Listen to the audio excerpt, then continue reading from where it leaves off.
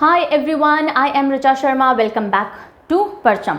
आज का जो सेशन है वो है central government schemes for the year 2020 पे। अब आप बोलोगे मैम 2021 की क्यों नहीं, 2020 की क्यों पढ़ा रहे हो, क्या अभी पढ़नी चाहिए? बिल्कुल पढ़नी चाहिए, बिकॉज 2020 में एग्जामिनेशंस हो नहीं पाए और 2020 में बहुत सी इंपॉर्टेंट स्कीम्स लॉन्च की गई थी। तो कब पूछेगा आपसे एग्जामिनर? वो इसी साल के एग्जामिनेशंस में पूछेगा। तो 2020 की जितनी भी इंपॉर्टेंट करंट अफेयर्स है उस पर पकड़ रखिएगा। डू नॉट थिंक कि एक साल पुरानी बात हो गई तो उसको हम छोड़ दें। No, you need to keep very strong hold on 2020 current affairs. इसलिए 2020 की सेंट्रल गवर्नमेंट स्कीम्स बहुत इंपॉर्टेंट हो जाती हैं, ठीक है।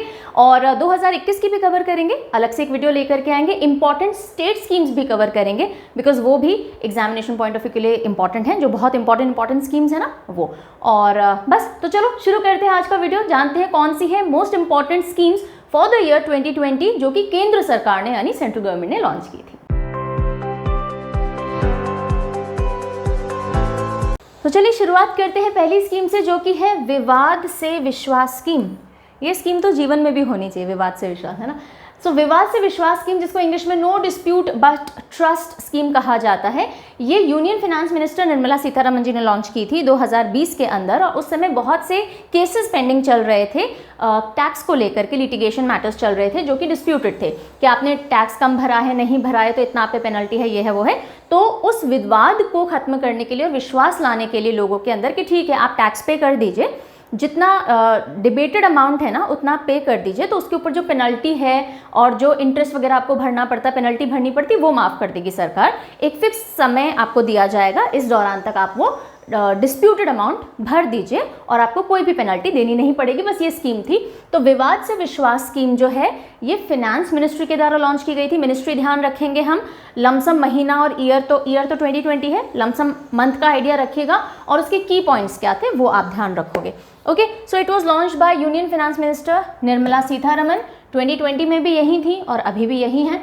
लॉन्च डेट फरवरी 2020 में लॉन्च हुई थी। ऑब्जेक्टिव क्या था? Large number of pending direct tax cases जो होते हैं, जो डायरेक्टली हम पे करते हैं, डायरेक्ट टैक्स केसेस जितने भी पेंडिंग थे उनको सेटल करने के लिए एक पहल थी। तो जो टैक्स पेयर था उसको पे करना था अपना सिर्फ disputed amount, only the amount, okay. और उसको टाइम दिया गया था 31 मार्च 2020 तक। आप चाहें तो आप अपना टैक्स भर दीजिए जो डिस्प्यूटेड है और आपको कोई भी पेनल्टी वगैरह नहीं देनी पड़ेगी। और 30 जून 2020 तक इस स्कीम को ओपन रखा गया था। अगर आप 30 मार्च के बाद पे करते हो तो थोड़ी बहुत पेनल्टी के साथ हैं, तो अलग अलग क्राइटेरिया थे, बट मुख्य बात आई होप आपको समझ में आ गई होगी। ऑलराइट, फिर हम आते हैं आत्मनिर्भर भारत अभियान। पूरे 2021 में हमने आत्मनिर्भर भारत की बात कही है और इसी के तहत बहुत सी और स्कीम्स लॉन्च हुई हैं, है ना। तो ये जो आत्मनिर्भर भारत अभियान था ये कब लॉन्च हुआ? बहुत इंपॉर्टेंट है, ध्यान दीजिएगा, 12 मई 2020। 12 मई 2020, इसकी तो डेट भी थोड़ा ध्यान रख लो, कभी आंसर राइटिंग में भी काम आ जाएगी। लॉन्च किया था प्रधानमंत्री नरेंद्र मोदी जी ने। ऑब्जेक्टिव क्या था? भारत को आत्मनिर्भर बनाना या फिर सेल्फ रिलायंट बनाना। हम दूसरों की टेक्नोलॉजी, दूसरों के रिसोर्सेज, इंपोर्ट्स पे, इन सब पे बहुत ज़्यादा निर्भर नहीं रहें। कोविड ने बहुत सी चीज़ें सिखाई हैं। आप जितने सेल्फ रिलायंट होगे उतनी ही आपकी इकोनॉमी को कम धक्का पहुंचेगा कोई भी आपदा और संकट के सिचुएशन में। तो सेल्फ रिलायंट होना, आत्मनिर्भर होना इन एनी सिचुएशन बहुत अच्छा है।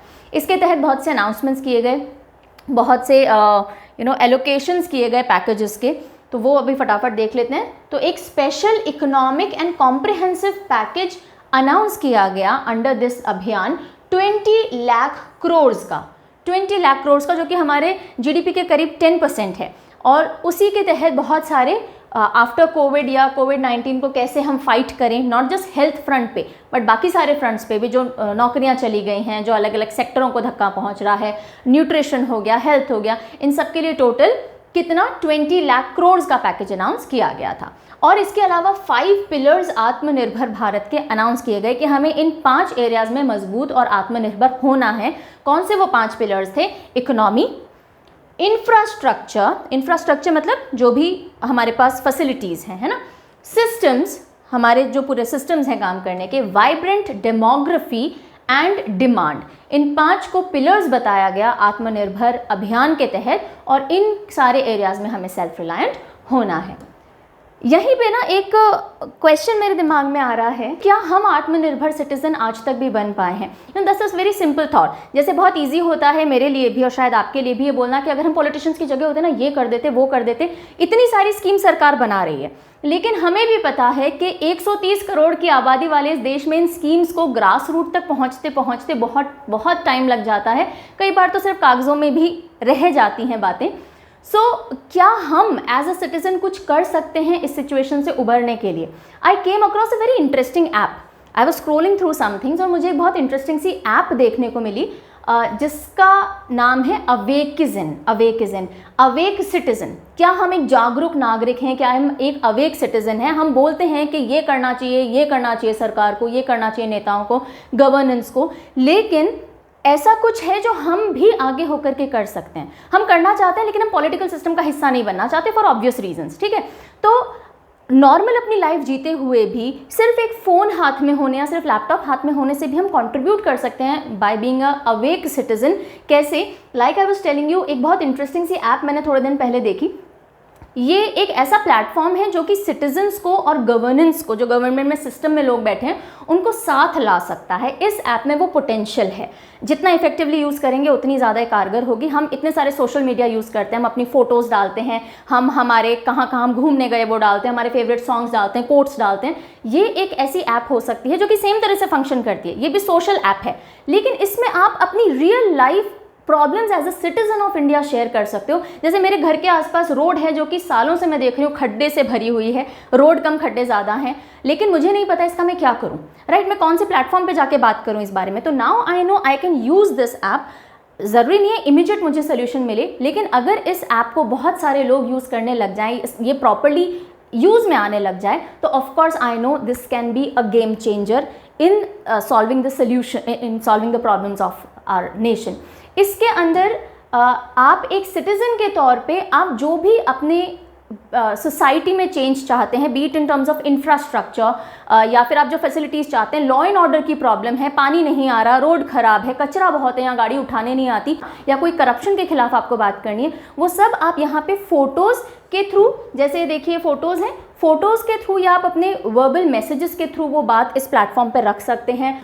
और पॉलिटिकल पार्टी भी अगर इस ऐप पे आती है तो ऑफकोर्स उसका भी फ़ायदा है। अगर मैं चुनाव के लिए खड़ी हो रही हूँ, मुझे पता है मेरी कॉन्स्टिट्यूएंसी के लोगों ने इस पे अपनी प्रॉब्लम बताई होगी, तो सिर्फ इस ऐप के थ्रू मैं गेज कर पाऊंगी, अच्छा यहाँ के लोगों को ये समस्या है, और अगर मैंने उस समस्या को एड्रेस कर लिया तो मैं यहाँ के लिए बहुत एक सक्सेसफुल पॉलिटिशियन बन सकती हूँ, राइट? तो I personally found this app very very useful.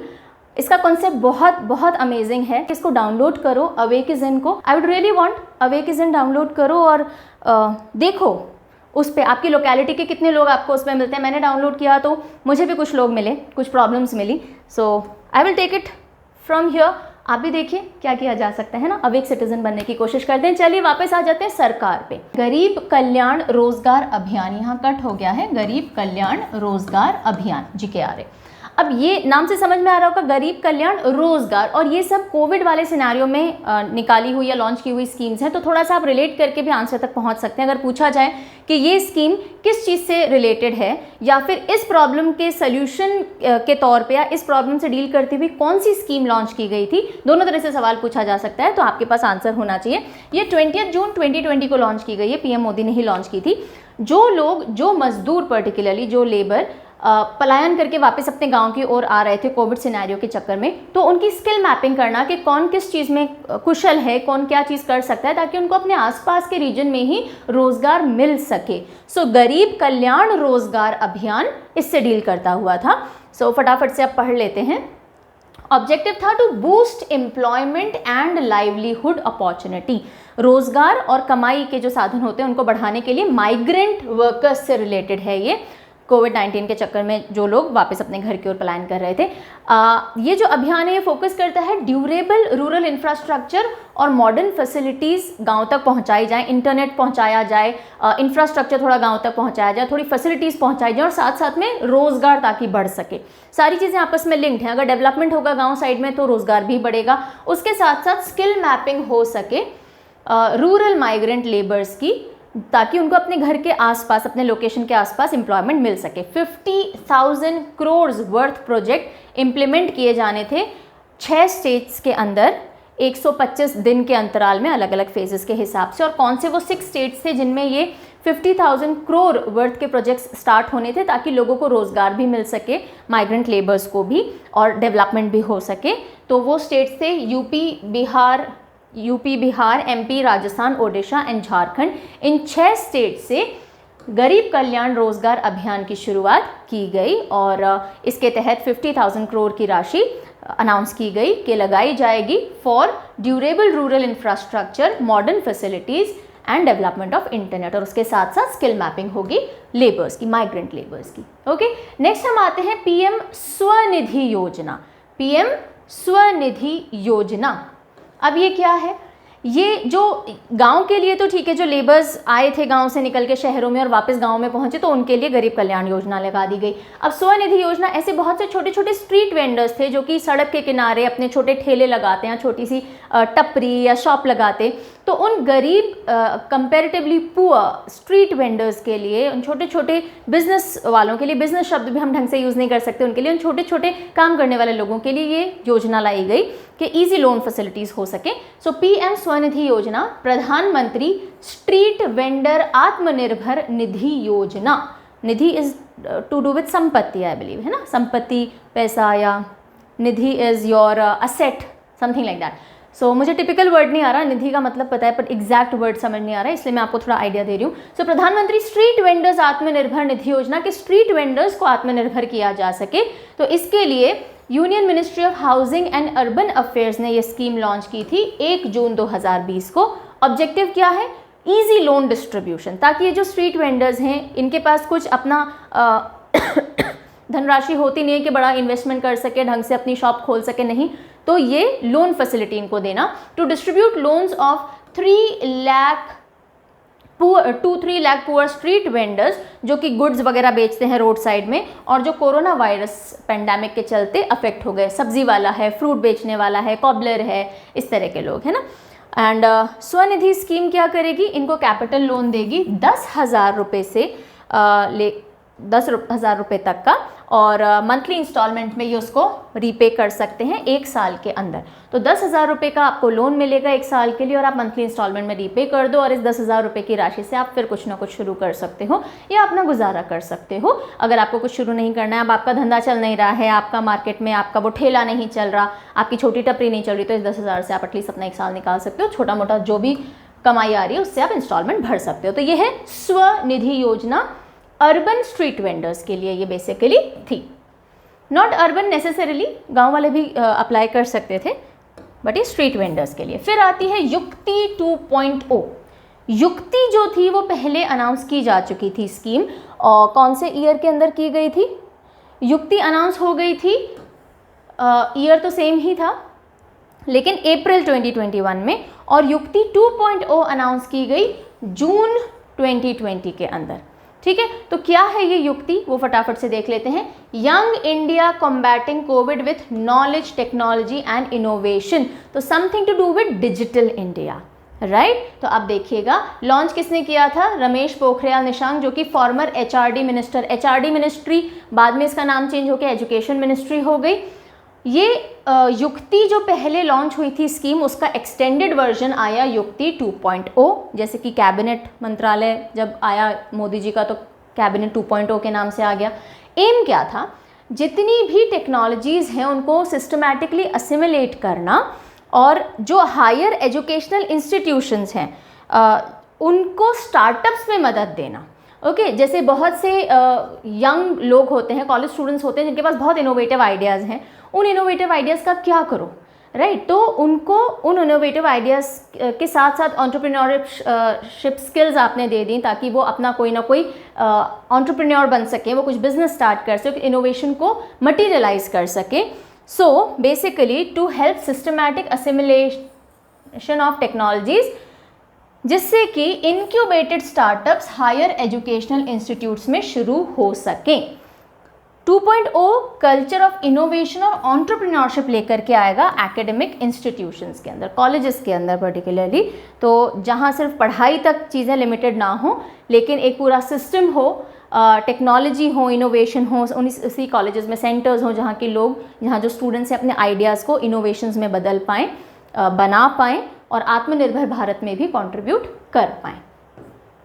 फिर आती है national education policy. National education policy 2020, बहुत डिटेल में चर्चा इसके ऊपर कई बार कर चुके हैं, जुलाई 2020 के अंदर आई।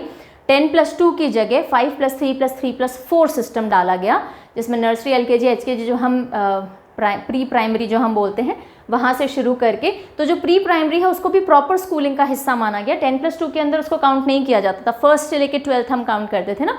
तो प्री प्राइमरी जो है, नर्सरी, LKG, UKG, वो भी अब प्रॉपर स्कूलिंग का हिस्सा बनाया जाएगा और जो बहुत सी बेनिफिट्स फर्स्ट से दिए जाते हैं बच्चों को, सरकारी बच्चों को जैसे कि, वो प्री प्राइमरी से लागू होंगे।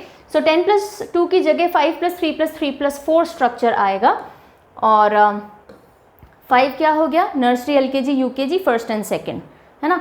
फिर 3rd 4th 5th 6th 7th 8th 9th 10th 11th 12th इस तरह से। और ये जो 5th क्लास तक के बच्चे हैं उनको कम से कम 5वीं कक्षा तक आपको मदर टंग में भी पढ़ाना होगा, रीजनल लैंग्वेज में पढ़ाना होगा, ताकि सारे बच्चे इजीली ग्रैस्प कर पाएँ चीज़ों को। 360 डिग्री होलिस्टिक प्रोग्रेस कार्ड होगा, जो कि स्टूडेंट की प्रोग्रेस को ढंग से ट्रैक कर पाएगा, वो कितना लर्निंग आउटकम निकल रहा है, वो किस स्टेज पे हैं, तो उनकी ट्रैकिंग बहुत अच्छे से होगी। उसके अलावा फ्लेक्सिबल करिकुलम हायर एजुकेशन के अंदर, अंडर ग्रेजुएट एजुकेशन के अंदर, कॉलेज एजुकेशन के अंदर, सो 3 से 4 साल के जो प्रोग्राम्स होते हैं अंडर ग्रेजुएशन के, उसमें मल्टीपल एंट्री और एग्जिट सिस्टम डाला जा सके, ये इंट्रोड्यूस करने की बात न्यू एजुकेशन पॉलिसी ने की। और उसके अलावा नेशनल रिसर्च फाउंडेशन एक एपिक्स बॉडी बने, जो कि R&D, रिसर्च एंड डेवलपमेंट कर सके, या फिर strong research in culture and strong research culture build कर सके एजुकेशन सिस्टम के अंदर। तो जो भी R&D करनी है वो ये एपेक्स बॉडी के थ्रू हो। नेशनल रिसर्च फाउंडेशन नाम से एपेक्स बॉडी बनाने की भी बात नेशनल एजुकेशन पॉलिसी में की गई थी। मैं बिल्कुल सिंपल शब्दों में आपको समझाने की कोशिश कर रही हूँ, ताकि जो चीज़ समझ में आएगी तो आप रिलेट करके फिर आंसर भी कर पाओगे, है ना। इसलिए I am trying, I don't know मैं कितना सक्सेसफुल हो पा रही हूँ, but then I am trying to make it simple for you. फिर हम आते हैं ट्यूलिप इंटर्नशिप प्रोग्राम। ट्यूलिप का फुल फॉर्म है the urban learning internship programme. तो इतना तो समझ में आ गया, इंटर्नशिप प्रोग्राम है, यानी स्टूडेंट्स आकर के कुछ ट्रेनिंग या इंटर्नशिप करते होंगे, पेड हो सकती है, अनपेड हो सकती है, तो ये पेड इंटर्नशिप है। और इसमें जो सिविल इंजीनियरिंग के बच्चे हैं पर्टिकुलरली, वो इंटर्नशिप कर सकते हैं। अलग अलग जो चीज़ें बनाई जाती हैं, बिल्डिंग्स बनती हैं, ट्रांसपोर्ट इंजीनियरिंग होती है, सिविल इंजीनियरिंग होती है, उसमें इंटर्नशिप, तो students while studying they can go and work in real life, है ना। तो ये इंटर्नशिप प्रोग्राम ट्यूलिप है। 4 जून 2020 को लॉन्च किया गया। किसने लॉन्च किया? HRD मिनिस्ट्री, अब ministry of education, then ministry of housing and urban affairs, state ministry, and AICTE, all India council for technical education, because इसमें कॉलेज के बच्चे इन्वॉल्व हैं। AICTE क्या करता है? जो टेक्निकल एजुकेशन होती है, जैसे इंजीनियरिंग कॉलेजेस होते हैं, वो AICTE अप्रूव्ड होते हैं, अगर ऑटोनमस ना हो तो। सो इस तरह से इन सब का जॉइंट ये एक प्रोग्राम था, और ये इंटर्नशिप अपॉर्चुनिटी प्रोवाइड करेगा फ्रेश ग्रेजुएट्स को। हाल ही में आप ग्रेजुएट हुए हो और अब आप जाके इंटर्नशिप कर सकते हो सभी urban local bodies and smart cities में अक्रॉस द कंट्रीज़। जितनी भी अर्बन लोकल बॉडीज़ हैं जो अर्बन डेवलपमेंट में लगी हुई हैं, उनके साथ आप काम कर सकते हो। And internship opportunity fresh engineers को for a period of up to 1 year provide की जाएगी। ऑफकोर्स इसके लिए अप्लाई करेंगे बच्चे और फिर ये मिलेगा। एंड यूलिप क्या करेगा? वैल्यू टू मार्केट जो इंडियन ग्रेजुएट्स की है ना, उसको एनहांस कर देगा। एक तो होता है कि मैंने किताबी ज्ञान लिया और मैं अब मार्केट में, या तो कैंपस प्लेसमेंट लग जाए, नहीं तो फिर मैं मार्केट में खड़ा हूँ, अब क्या करूँ, कहाँ नौकरी पे जाऊँ। और जहाँ भी आप ओपन मार्केट में नौकरी पे जाते हो, आपसे एक्सपीरियंस मांगते हैं, और फ्रेशर को क्या एक्सपीरियंस होगा? जब तक काम नहीं दोगे एक्सपीरियंस कैसे होगा? और वो बोलते हैं काम तब देंगे जब एक्सपीरियंस होगा। तो ये विशेष साइकिल चालू हो जाती है। सो जब आप ये इंटर्नशिप करोगे तो ऑफकोर्स आपके पास एक्सपीरियंस भी होगा practical, and you can easily be employable. So एक पोटेंशियल टैलेंट पूल डेवलप होगा। Urban planning, transport engineering, environment, municipal finance etcetera, इन सब एरियाज में इंटर्नशिप प्रोवाइड की जाएगी। ट्यूलिप। फिर हम आते हैं स्वदेश इनिशिएटिव। स्वदेश का फुल फॉर्म देख लीजिए, skilled workers arrival database for employment support. स्वदेश अपने देश की ज़्यादा याद किसको आती है? जो देश में रहते हैं, जो बाहर चले जाते हैं, जो बाहर चले जाते हैं। तो कोविड के चलते बहुत सारे लोग जो दूसरे देशों में चले गए थे वो वापस अपने देश आ रहे थे, स्वदेश अपने देश आ रहे थे, और उनके लिए ये स्कीम लाई गई थी कि उनकी स्किल मैपिंग की जाए। अब वो बाहर जाके काम करते थे तो उनके पास ऑफ कोर्स वेरीड एक्सपीरियंस होगा काम करने का, अलग अलग कल्चर में काम करने का।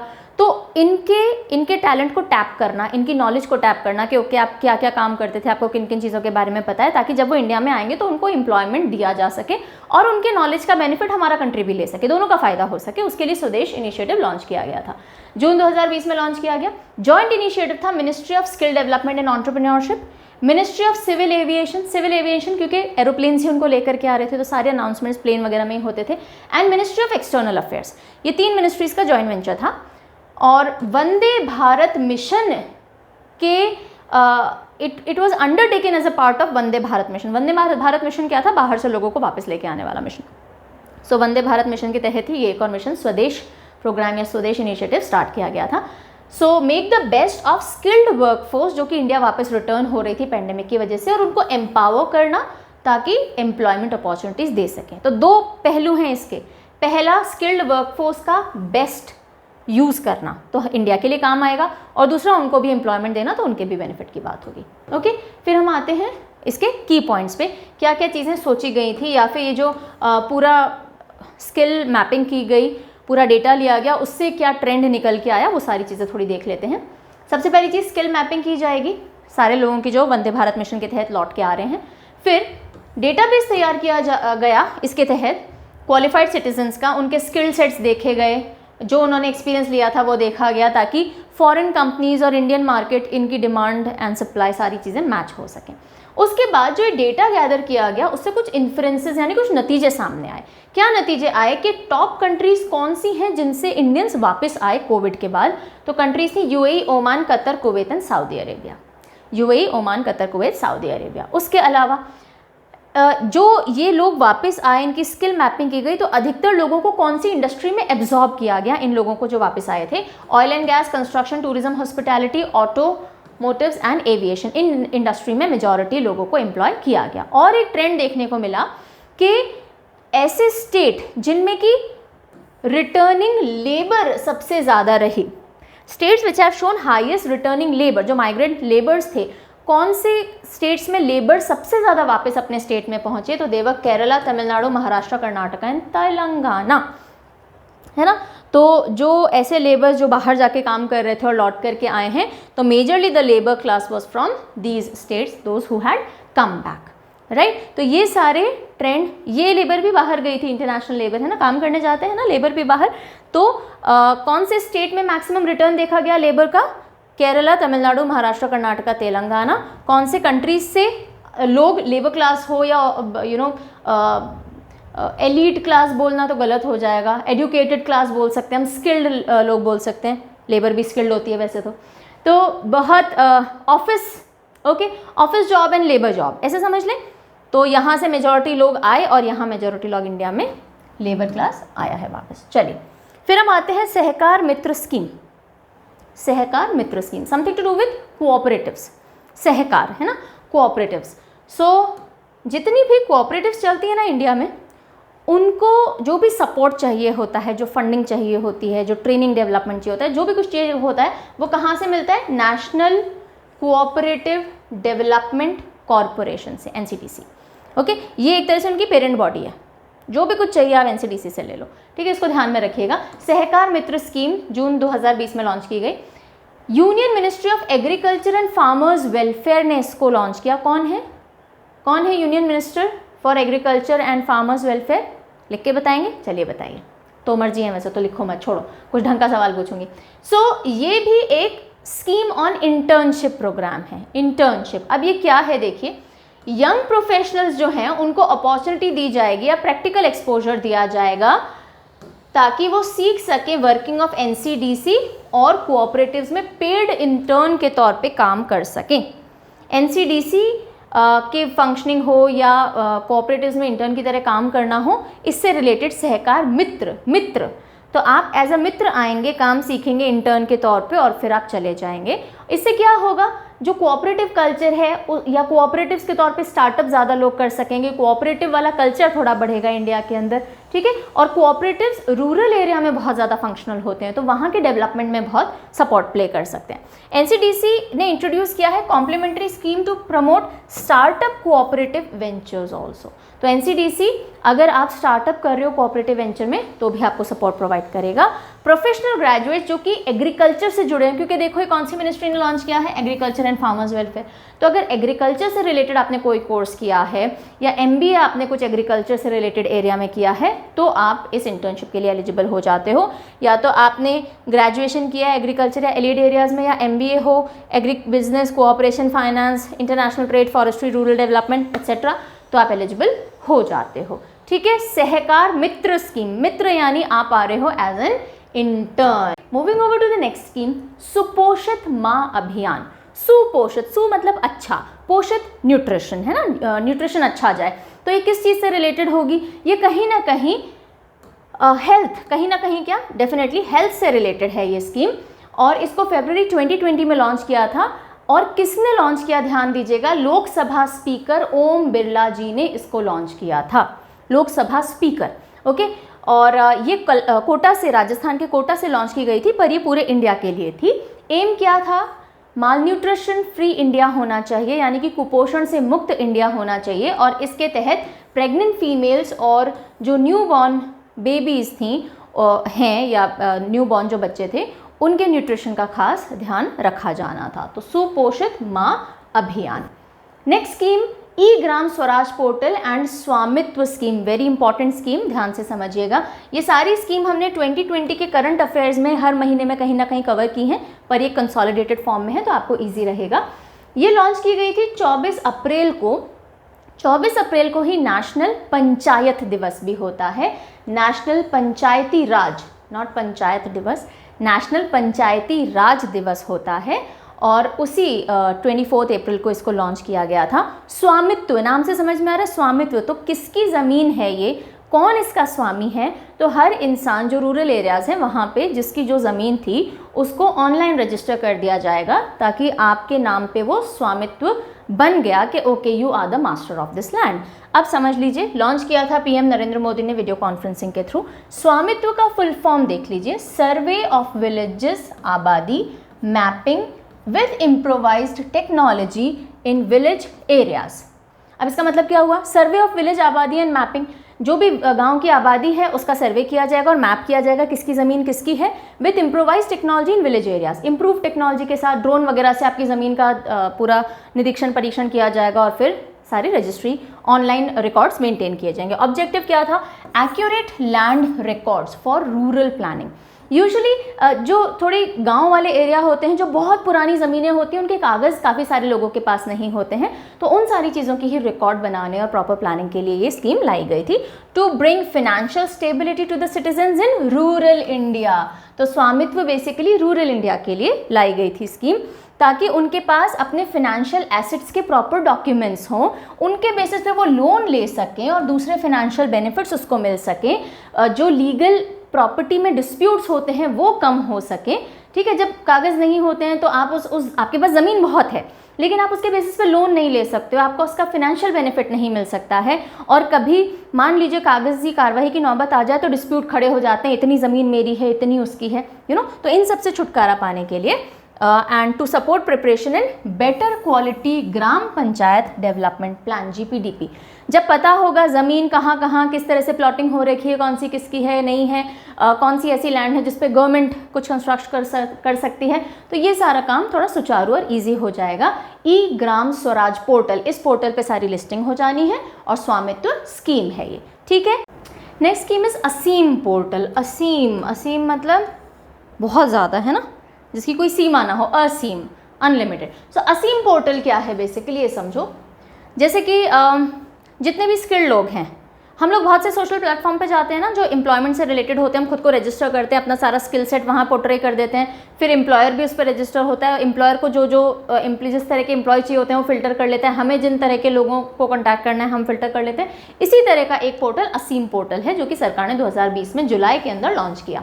ये क्या है, एम्प्लॉय और एम्प्लॉयर को एक साथ ले आता है और जितनी भी सरकार की स्किल डेवलपमेंट से रिलेटेड योजनाएं थी या स्कीम्स थी ना, उनको भी कहीं ना कहीं यहाँ आकर के एक डेस्टिनेशन मिल जाती है। जैसे कि कौशल विकास योजना स्टार्ट हुई, सीखो और कमाओ स्कीम्स हैं, सरकार की बहुत सारी स्कीम्स हैं ना जिसमें आपको हुनर सिखाए जाते हैं, स्किल सिखाई जाती है।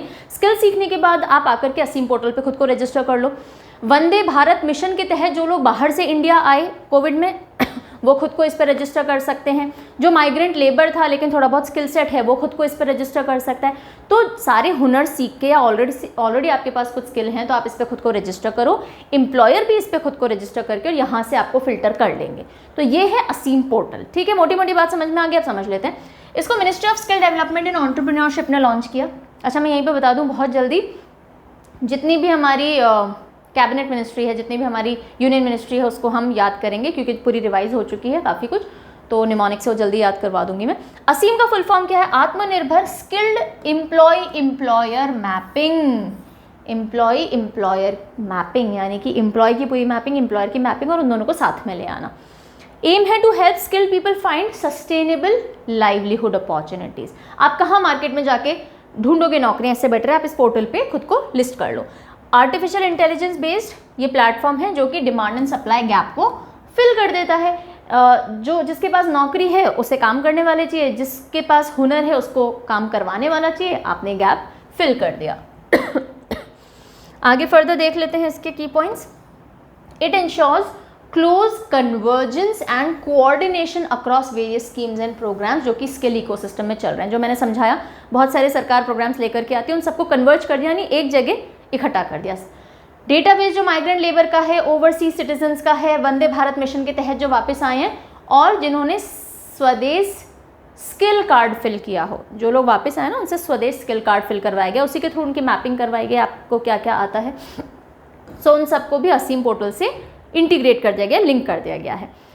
जो लोग skill India portal, candidate coming to skill India portal अलग अलग सेंटर और स्टेट्स के डेटा से, बहुत सी सेंट्रल लेवल स्कीम चलती हैं, बहुत सी स्टेट लेवल स्कीम्स चलती हैं, उनके पास अपना डेटा होता है, वो सारा डेटा स्किल इंडिया पोर्टल पे डाला जाता है और यहाँ से भी डेटा को असीम पोर्टल पे डाला गया।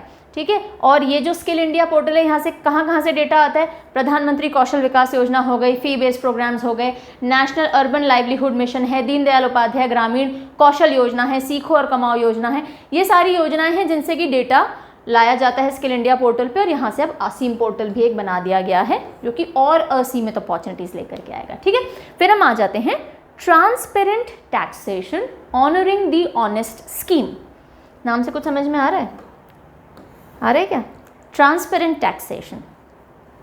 भाई काफ़ी सारे लोग टैक्स इसलिए पे नहीं करते कि हमारी एक्चुअल इनकम उजागर हो जाएगी, है ना, और अगर जो लोग पे कर रहे हैं तो फिर उनके लिए कुछ ना कुछ बेनिफिट होना चाहिए। तो ये स्कीम इसी तरह से टैक्स पे करो आप, इसके लिए आपको एनकरेज करने के लिए स्कीम है ऑनरिंग द ऑनेस्ट। ये वाली स्कीम है ये, ऑनरिंग द ऑनेस्ट, जो ऑनेस्टली अपना टैक्स पे करे उसको ऑनर करने के लिए पीएम नरेंद्र मोदी ने वीडियो कॉन्फ्रेंसिंग के थ्रू लॉन्च की, अगस्त 2020 में लॉन्च की गई। टैक्स सिस्टम को सीमलेस, पेनलेस और फेसलेस बनाना। अब देखो, आप आकर के अपना टैक्स भर के चले जाओ ना, आपकी शक्ल देखी जाएगी ना आपका ज़्यादा परिचय पूछा जाएगा, आप आकर के सीमलेस तरीके से अपना टैक्स पे करके जा सकते हो, right. So making the tax system seamless, problems ना हो, आपको बहुत से मल्टीपल चेक पॉइंट से ना गुजरना पड़े, पेनलेस नहीं होना चाहिए और फेसलेस होना चाहिए, मतलब पेनलेस होना चाहिए और फेसलेस होना चाहिए। आप हाईलाइट में ना आओ, आपके ऊपर इस चक्कर में 4 कार्यवाही ना हो जाए। ठीक है, तो प्लेटफॉर्म हैज़ मेजर रिफॉर्म्स, जैसे कि फेसलेस असेसमेंट होगा, अपील्स आप कर सकोगे अगर आपको लगता है कि कोई भी आपकी ग्रीवेंस है टैक्सेस को लेकर के, तो आप अपील कर सकते हो और उसमें भी आपकी जो पर्सनल आइडेंटिटी है उसको बहुत हाईलाइट करके अदरवाइज यूज़ नहीं किया जाएगा। टैक्स पेयर्स का चार्टर लाया गया। चार्टर क्या होता है कि आपके बेनिफिट के लिए बहुत सारी चीज़ें, जैसे राइट्स एंड रिस्पॉन्सिबिलिटीज़ की हम बात करते हैं ना, ड्यूटीज़ एंड राइट्स की, तो ड्यूटीज़ तो हमें बहुत बताई जाती है एज अ टैक्स पेयर, लेकिन मेरी राइट क्या है, मेरे बेनिफिट्स क्या है, मुझे क्या फ़ायदा होगा, वो टैक्स पेयर्स चार्टर भी इस स्कीम के तहत लाया गया। फेसलेस अपील जो है वो 25 सितंबर से स्टार्ट करने की बात कही गई है, 2021, दीनदयाल उपाध्याय बर्थ एनिवर्सरी। ठीक है, सो ये है transparent taxation honouring the honest scheme to encourage people to come upfront and pay the taxes without worrying about इसके और consequences क्या हो सकते हैं। फिर हम आते हैं national digital health mission. National digital health mission जिसके तहत अलग अलग सरकारें अब हेल्थ कार्ड्स वगैरह दे रही हैं अपने नागरिकों को, अपने स्टेट के नागरिकों को। नेशनल डिजिटल हेल्थ मिशन, तो अब आपकी जो हेल्थ है वो डिजिटली मैनेज की जाए। आपको कुछ हेल्थ कार्ड्स दिए जाएंगे, आपका जो भी अभी तक ट्रीटमेंट हुआ, आपको जो भी प्रॉब्लम है वो सब, उसका सारा रिकॉर्ड डिजिटली रहेगा, ताकि जब आप डॉक्टर शिफ्ट करो तो वो आपसे पूछे नहीं क्या किया था पहले, कौन सा ट्रीटमेंट लिया, कहाँ गए, और आप पेजेस घुमा दो अपने प्रिस्क्रिप्शन के। तो ये सब ना हो, इसके लिए आपका सारा रिकॉर्ड ऑनलाइन अवेलेबल रहेगा, ताकि आप कहीं भी रेफ़र करो तो आपके लिए वो डेटा इज़ देयर। ठीक है। सो NDHM 15 अगस्त 2020 को ये 15 अगस्त के दिन अनाउंस की गई नरेंद्र मोदी जी द्वारा। और कौन इम्प्लीमेंट करेगा? National health authority NHA under the ministry of health and family welfare इसके तहत। और country wide digital health ecosystem develop किया जाएगा। हेल्थ ID प्रोवाइड किए जाएंगे, आपको सिर्फ अपना हेल्थ ID बताना है, बाकी सारी इन्फॉर्मेशन उस पर रहेगी, जिसमें आपने जो भी टेस्ट कराया, जो भी आपको बीमारी है, जो भी आपने मेडिसिन ली, जो भी डॉक्टर आपने विजिट किया, ये सब वहाँ पे रहेगी। पोर्टेबल तरीके से रहेगी, यानी आप कहीं से भी एक्सेस कर सकते हो और ईजिली एक्सेस की जा सकती है। पेशेंट, जगह और डॉक्टर के हिसाब से भी प्रॉब्लम नहीं आएगी। फिर हम आते हैं निर्यात ऋण विकास योजना। निर्यात ऋण विकास योजना, अब निर्यात इज व्हाट? एक्सपोर्ट। तो एक्सपोर्ट को बढ़ावा देने के लिए ये स्कीम लाई गई। जो छोटे छोटे एक्सपोर्टर्स हैं उनको कुछ बेनिफिट्स दिए गए, उनको एनकरेज करने के लिए प्रीमियम में कुछ कटौतियाँ की गई। जो बड़े एक्सपोर्टर्स हैं उनको कुछ बेनिफिट्स दिए गए। तो ये है सारी फिनांस मिनिस्ट्री से डील करती हुई ये स्कीम है निर्विक। निर्यात ऋण विकास, इसको एक्सपोर्ट क्रेडिट इंश्योरेंस स्कीम भी बोलते हैं। एक्सपोर्ट क्रेडिट इंश्योरेंस, पहले जो एक्सपोर्ट होता था उसकी प्रिंसिपल और इंटरेस्ट का करीब आई थिंक 60% कुछ ही इंश्योर्ड होता था, राइट। 60% अमाउंट ही, या जो पूरा माल है उसका 60% वैल्यू ही इंश्योर्ड होती थी। अब 90% प्रिंसिपल एंड इंटरेस्ट इंश्योर्ड कर दिया गया आफ्टर निर्यात Rin Vikas Yojana, that is export credit insurance. Export credit insurance, right. Nirmala Sitharaman ji ने इसको अनाउंस किया था एंड ये जो स्कीम है ये कॉमर्स एंड इंडस्ट्री मिनिस्ट्री ने प्रिपेयर की है। ऑब्जेक्टिव क्या है? To provide enhanced insurance cover, reduced premium for small exporters and simplified procedure for claim and settlement. तो एक्सपोर्ट्स को स्मूथ एंड ईजी बनाने के लिए पहले से ये स्कीम लाई गई है। इंश्योरेंस कवर का जो परसेंटेज है पहले 60 होता था, अब 90 कर दिया गया। और प्रपोजल रखा गया कि जो प्रीमियम है वो सब्सिडाइज्ड किया जाए स्मॉल एक्सपोर्टर्स के लिए, ताकि वो भी ज़्यादा से ज़्यादा एक्सपोर्ट की दुनिया में आगे आएँ। फिर हम आते हैं किसान रेल योजना। किसान रेल योजना, अब जो किसान जो भी कुछ पैदावार कर रहा है, एग्रो प्रोडक्ट्स जो उसके हैं, उनको कंज्यूमर तक पहुंचाने के लिए एक सुचारू तरीके से, ताकि पेरिशेबल ज़्यादा ना हो, ख़राब ज़्यादा ना हो, और वो जो भंडारण में ख़राब होना, बिकॉज आने जाने की व्यवस्था नहीं है, कोविड का टाइम है, सब कुछ बंद था, तो ये रेल सेवाएं चालू की गई थी और ये है किसान रेल योजना। ठीक है। इंडियन रेलवेज ने स्टार्ट किया था रनिंग किसान रेल सर्विसेज, ताकि पेरिशेबल और एग्री प्रोडक्ट्स जो हैं, जैसे मिल्क, मीट, फिश भी उसमें इंक्लूडेड हैं, वो पहुंचाए जा सके मार्केट्स तक। एम क्या था? फार्मर सेक्टर की, जो फार्म सेक्टर, उसकी इनकम अफेक्ट ना हो और प्रोडक्शन सेंटर और कंजम्पशन सेंटर को जोड़ा जा सके। Union minister for agriculture and farmers welfare Narendra Singh Tomar ने पहली किसान रेल कब चालू की? इम्पॉर्टेंट है, 7 अगस्त 2020। और ये कहाँ से कहाँ तक चली थी? देवलाली महाराष्ट्र से दानापुर बिहार तक। देवलाली महाराष्ट्र से बिहार तक ये पहली ट्रेन 7 अगस्त 2020 को चली थी, किसान रेल योजना। फिर हम आते हैं मिशन कर्मयोगी। मिशन कर्मयोगी, अब ये जो कर्मयोगी मिशन है ये सिविल सर्वेंट्स के लिए है, जो कर्मयोगी होते हैं, जो काम कर रहे हैं फील्ड में, है ना।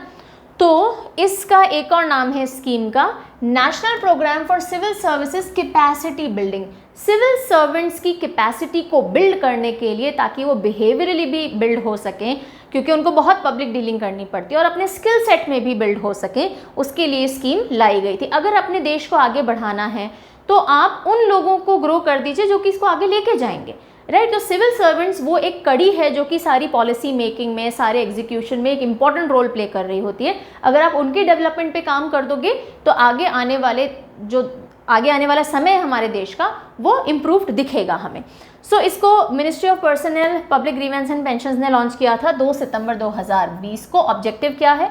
Create a professional well trained future looking civil service that is imbued with a shared understanding of India's development aspirations, यानी कि हमें इंडिया को डेवलप भी करना है। नेशनल प्रोग्राम्स एंड प्रायोरिटीज़, किस तरह के हम प्रोग्राम्स लेकर के आए, क्या हमारी प्रायोरिटी होनी चाहिए, आगे हमें देश को डेवलप करना है तो हमें किस तरह का होना चाहिए, इन सारी बातों को ध्यान में रखते हुए ये लाया गया था। सिविल सर्विसेज को डेवलप करना है, सिविल सर्विसेज को। This involve creation of both functional and behavioural competencies among civil servants. तो जिस तरह से वो काम करते हैं वो कैपेसिटीज़ भी बढ़ाएं, जिस तरह से वो बिहेव करते हैं वो कैपेसिटीज़ भी बढ़ाएं। प्रेशर झेलना, दूसरों के लिए सोचना, और how you should be leading into public, how you should have a personal life, still work for the nation, ये सारी चीज़ें। और इसके साथ साथ आपकी फंक्शनल कॉम्पिटेंसीज भी बढ़ाना, इसके लिए है मिशन कर्मयोगी। और ट्रांसफॉर्मेशन जो है वो मीन्स, मोटिव और अपॉर्चुनिटी के 3 पिलर्स पे चलने वाला है, ऐसा ये स्कीम बोलती है। मोटिव क्या है कि आपके वर्क कल्चर को ट्रांसफॉर्म किया जाए। फिर अपॉर्चुनिटी क्या है कि गवर्नमेंट इंस्टीट्यूशन और प्रोसेसेस को स्ट्रॉन्ग किया जाए जिनसे कि आप फिल्टर होकर आते हो। और मीन्स क्या है कि मॉडर्न टेक्नोलॉजी, ट्रांसपेरेंसी, ये सब डाली जाए ताकि आपकी कैपेसिटी बढ़ सके। उसके बाद इसके 6 की पिलर्स बताए गए, वो 3 लिंक्स थे, है ना, ये 6 पिलर्स हैं। Policy framework, institutional framework, competency framework, इन 3 पे काम किया जाना। उसके अलावा डिजिटल लर्निंग, कर्मयोगी जो है वो ऑनलाइन सब कुछ होना चाहिए उनका। इलेक्ट्रॉनिक HRMS, EHRMS जिसे हम बोलते हैं, सारा जो ह्यूमन रिसोर्स मैनेजमेंट है वो सब इलेक्ट्रॉनिकली होना चाहिए। मॉनिटरिंग और इवैल्यूएशन बहुत अच्छा हो इन सभी सिविल सर्वेंट्स का, ताकि can be seen how they have progressed और नॉट। फिर हम आते हैं प्रधानमंत्री मत्स्य संपदा योजना, नाम से समझ में आता है मत्स्य संपदा है तो फिशरीज से रिलेटेड होगा।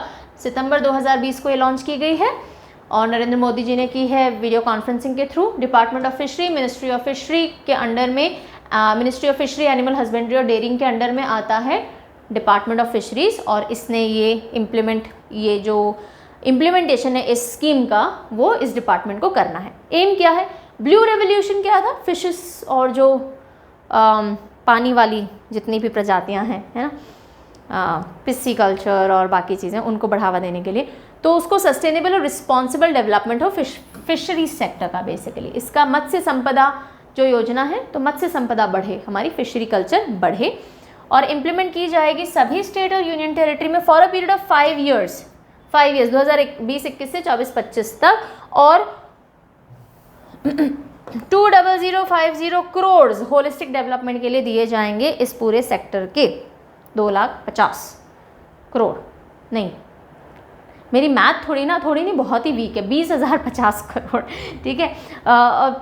और ये जो पूरी स्कीम है ये क्रिटिकल गैप्स आइडेंटिफाई करेगी कि फिशरीज जो प्रोडक्शन हो रहा है फिशेस का, उसमें टेक्नोलॉजी कहाँ लैकिंग है, उसमें सप्लाई चेन हमारी कहाँ लैकिंग है, नॉलेज कहाँ लैकिंग है, मार्केटिंग कहाँ लैकिंग है, इकोनॉमिक एक्टिविटीज़ कहाँ लैकिंग है, और इन सबको ब्रिज करने का काम किया जाएगा फिर, ठीक है। तो फिशरीज को बढ़ावा और कैसे दिया जाए, कहाँ कहाँ कमियाँ हैं उनको ढूंढा जाएगा और फिर उनको सही करने का काम किया जाएगा।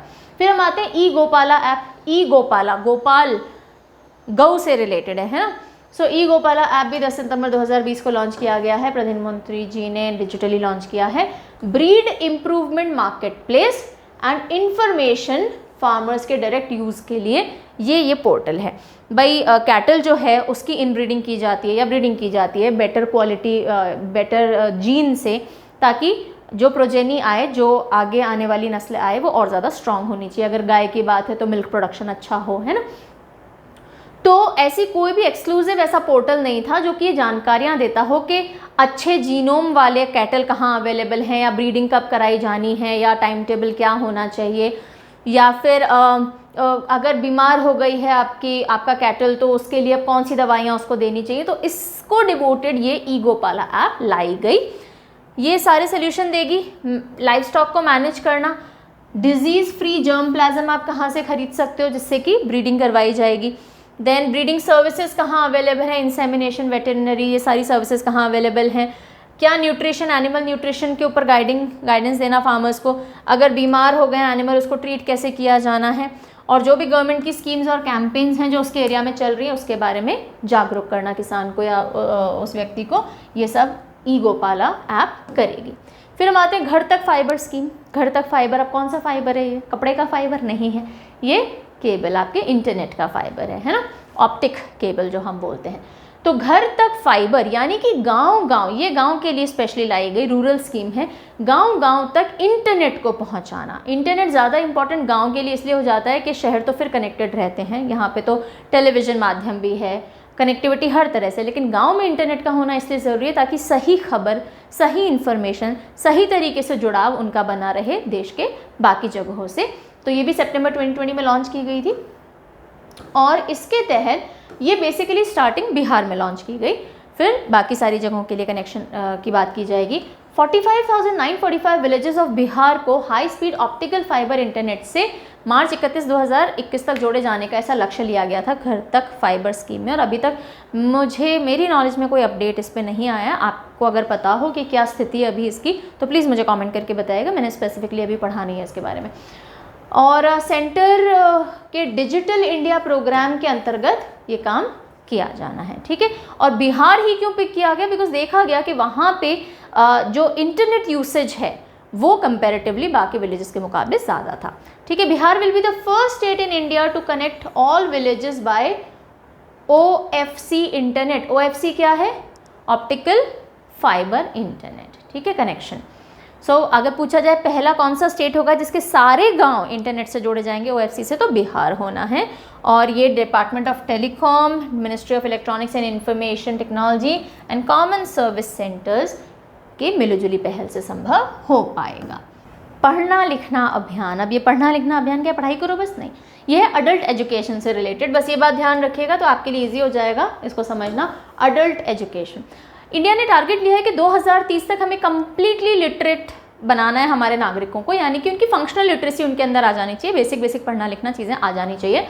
और उसके तहत ये पढ़ना लिखना अभियान 2020 के अंदर लाया गया एक साल के लिए कि हमें करीब 57 लाख अडल्ट इलिटरेट्स जो हैं, जो अनपढ़ हैं 57 अडल्ट, उनको हमें लिटरेट बनाना है एक साल के अंदर, ठीक है। और अगर हम देश की बात करें तो देश में जितने भी इलिटरेट्स हैं ना उसका 35% इंडिया में एग्जिस्ट करता है, तो हमें इस सिचुएशन को चेंज करना है। सो ये कौन से डिपार्टमेंट्स ने लॉन्च किया, department of school education and literacy ने, जो कि अब ये मिनिस्ट्री ऑफ एजुकेशन के अंडर में आता है। एंड हमारा टोटल लिटरेसी का टारगेट है 2030 तक का, और हमें 57 अडल्ट इलिटरेट्स जो कि 15 साल और उससे ऊपर हैं उनको एक साल के अंदर एजुकेट करना है, फंक्शनल लिटरेसी लेके आनी है। और ये लिटरेसी प्रोग्राम के बाद लोगों को सर्टिफिकेट दिया जाएगा जिससे कि वो ओपन स्कूल में खुद को एनरोल कर सकते हैं और फिर फर्दर अपनी पढ़ाई कंटिन्यू रख सकते हैं। Percentage of total adult illiterates India में अराउंड 35% है टोटल वर्ल्ड के इलिटरेट्स का, ठीक है। तो ये हो गया पढ़ना लिखना अभियान। फिर हम आते हैं स्टार्स प्रोजेक्ट पे। अब ये स्टार्स क्या है, तारे ज़मीन पर, हाँ। सो ये बेसिकली अगेन एजुकेशन से डील करता हुआ है। Stars is strengthening teacher learning and result of states. तो स्टेट्स के सिस्टम्स को, के एजुकेशन सिस्टम को और पुख्ता और स्ट्रॉन्ग बनाने के लिए स्टार्स प्रोजेक्ट इनिशिएट किया गया। Light house of new education policy भी इसको कहा जाता है। न्यू एजुकेशन पॉलिसी को ही एक तरह से क्रियान्वित करने के लिए, उसको इम्प्लीमेंटेशन में लाने के लिए और स्टार्स प्रोजेक्ट को मटेरियलाइज किया गया। 14 अक्टूबर 2020 को अप्रूव हुआ। इस प्रोजेक्ट के तहत टोटल 5718 करोड़ ओके कर दिए गए हैं। The project with a total project cost of 5718 crore, और हम इसमें, ये तो इंडिया लगाएगी और उसके साथ साथ वर्ल्ड बैंक $500 मिलियन लगाएगा और इस पूरी लागत से स्टार्स प्रोजेक्ट को चालू किया जाएगा। ये 2020 में डिसाइड हुआ था और अभी रिसेंटली यानी कि जनवरी 2021 में, if I am not recently, time हो गया अब तो, यानी कि 2021 में अग्रीमेंट साइन हो चुका है इंडिया और वर्ल्ड बैंक के बीच में for stars project to be implemented. कौन इम्प्लीमेंट करेगा, department of school education and literacy, ministry of education के अंडर में आता है। और 6 स्टेट्स के अंदर स्टार्स प्रोजेक्ट लागू किया जाएगा। क्या है अभी समझेंगे, पहले ये देख लो 6 स्टेट्स कौन से, हिमाचल प्रदेश, राजस्थान, महाराष्ट्र, मध्य प्रदेश, केरला एंड ओडिशा।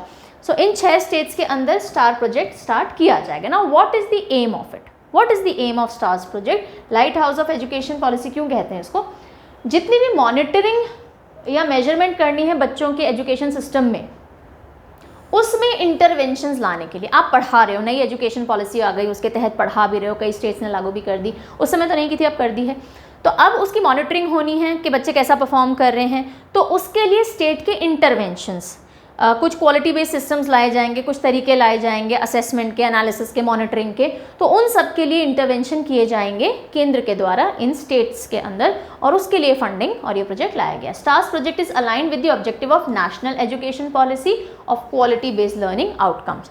तो क्वालिटी आए बच्चों की पढ़ाई में, उसके लिए नई एजुकेशन पॉलिसी आई है, और वो आउटपुट आ रहे हैं या नहीं आ रहे हैं उसको मॉनिटर कैसे करें, उसके लिए स्टार्स प्रोजेक्ट है।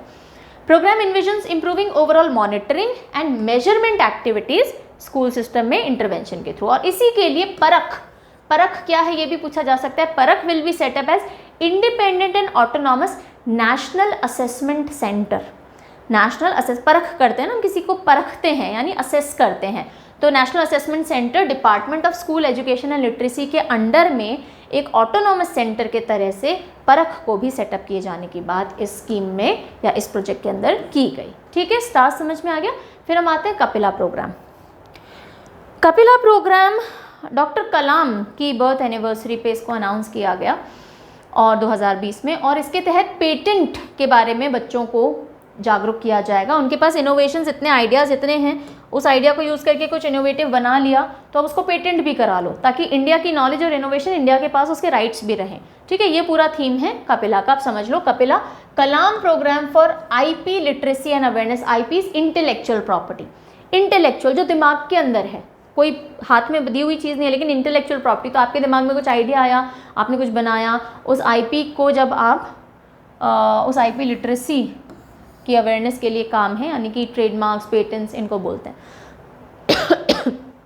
एजुकेशन कैंपेन है to bring awareness towards patenting of inventions. अक्टूबर 2020 के अंदर 15 अक्टूबर को लॉन्च किया गया, जिसको कि नेशनल इनोवेशन डे भी कहा जाता है। ध्यान रखेंगे 15 अक्टूबर नेशनल इनोवेशन डे, एंड इस दिन आता है कलाम साहब का बर्थडे। इंटेलेक्चुअल प्रॉपर्टी और अवेयरनेस के लिए बस यही है, हायर एजुकेशनल इंस्टीट्यूशंस जो होते हैं जहाँ पे सारे इनोवेशंस होते हैं, काम होते हैं, वहाँ पे इसको लॉन्च किया गया। फिर आता है आयुष्मान सहकार स्कीम। सहकार है तो कोऑपरेटिव से डील करती हुई होगी। आयुष्मान सहकार स्कीम, आयुष्मान या आयुष, ये टर्म्स आप कहाँ देखते हो? हेल्थ मिनिस्ट्री से या हेल्थ से रिलेटेड सेक्टर्स में देखते हो, है ना। तो ये दो चीज़ों का मेल जोल है, आयुष और सहकार का। आयुष्मान यानी हेल्थ से रिलेटेड कुछ, सहकार यानी कोऑपरेटिव्स। तो ये उन कोऑपरेटिव्स के लिए या ऐसी स्कीम है जो कि अगर कोई कोऑपरेटिव हेल्थ सेक्टर में सर्विसेज देता है तो उनको बहुत से बेनिफिट्स दिए जाएंगे। ठीक है, बात समझ में आ गई। लॉन्च किसने किया है? Union minister of state for agriculture ने अक्टूबर 2020 के अंदर किया गया। अब इसमें 10,000 करोड़ एनसीडीसी आयुष्मान सहकार फंड, कितना? 10,000 करोड़ का फंड इसमें आइडेंटिफाई किया गया है, अनाउंस किया गया कि health care infrastructure by cooperatives के लिए डाला गया कि कोऑपरेटिव्स इतनी लागत का हेल्थ केयर इंफ्रास्ट्रक्चर रेडी कर सकती हैं, और ये यूजुअली रूरल एरियाज़ में काम करती हैं। तो रूरल एरियाज़ में हेल्थ केयर इंफ्रास्ट्रक्चर सबसे जल्दी डेवलप करना है तो कोऑपरेटिव्स के साथ जुड़ जाओ। ठीक है, एम क्या है?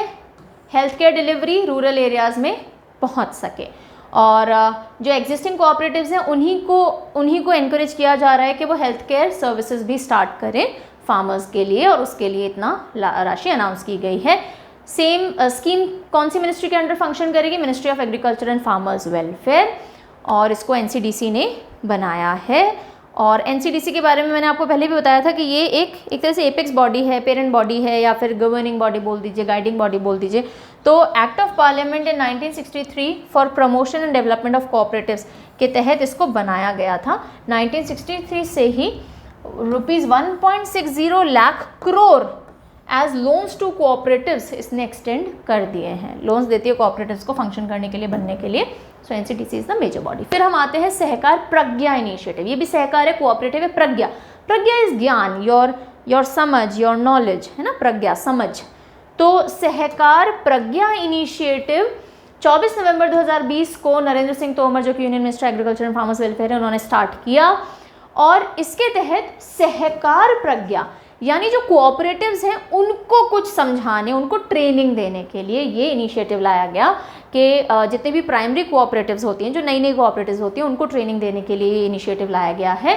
Impart training to primary cooperative societies rural area में। एनसीडीसी ही इनिशिएटिव लेगा, कैपेसिटी डेवलपमेंट करना और ट्रेनिंग प्रोग्राम देना। तो 45 new training modules Sahakar Pragya के अंदर डाले गए, जो कि ट्रेनिंग प्रोवाइड करेंगे। और ये ट्रेनिंग कहाँ होगी?